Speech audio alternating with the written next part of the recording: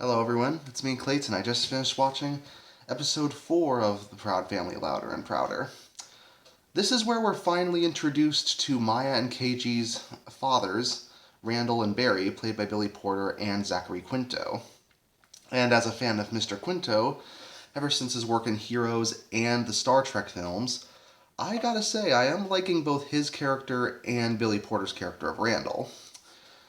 It just so happens that spreading information through the interwebs that most people want to say, low key, is not a good thing. Someone should seriously take the phone out of Dijonay's hands.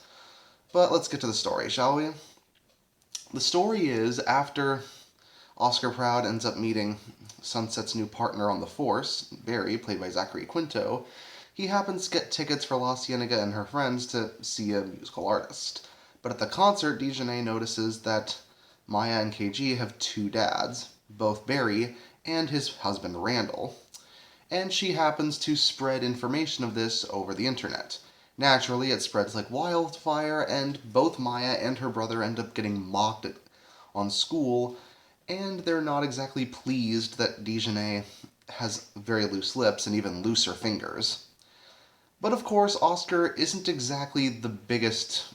He isn't exactly the biggest supporter of gay men either. Considering that when he goes to get a loan at the bank, he's also completely dumbfounded by Barry and Randall being rather lovey-dovey at work.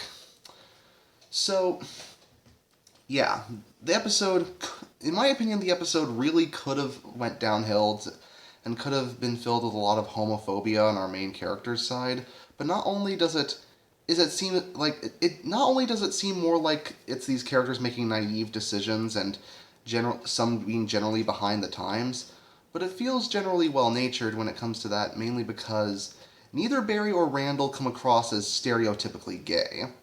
Granted, Michael hasn't seemed that way either with his gender nonconformity, but both Barry and Randall just seem like generally nice people who just don't like their relationship being the only thing people know about them. Barry has a generally pretty good sense of humor about most things and seems like he's an uncle figure to La Cienega, and Randall generally seems to get along with Oscar pretty well until Oscar makes things really awkward. Then again, having your eyes shatter when seeing two men kiss is a pretty good indicator that you're not okay with this sort of thing.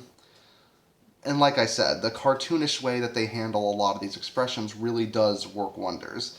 Whether it's KG running away from Ole of the Gross Sisters, which is done in a very Roadrunner style, or Oscar's harebrained scheme for Snackland, which seems, considering how bad his snacks are, both in the original series and this one, I can imagine this will be as big of a fail as Bethesda Land was for Bethesda. Only that was a whole company that was full of stupid decisions. This is one guy whose biggest claim to fame is making snacks that not only taste terrible, but apparently aren't exactly good for the body either. But yeah, Billy Porter and Zachary Quinto definitely do a really good job here. It's a good lesson about not only tolerance, but also watching what you post online.